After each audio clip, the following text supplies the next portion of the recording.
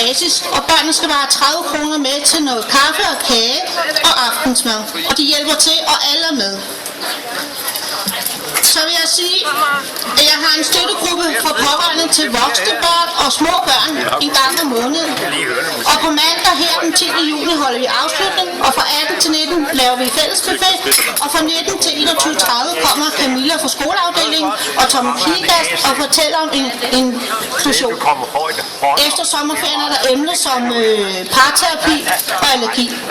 Alle de her foredrag, jeg får, de kommer ud af gratis, fordi jeg gør det her eget privat, så jeg håber, at der er nogen, der vil komme og fortælle om en psykisk eller fysisk diagnose.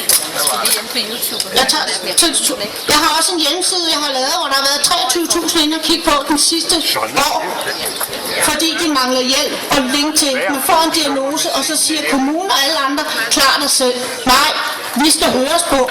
I kan ikke se, at jeg er handicappet, men det er jeg. Prøv at vågne lidt op. I har ret til at være her, ligesom alle andre. Tak. Ja, tak for det.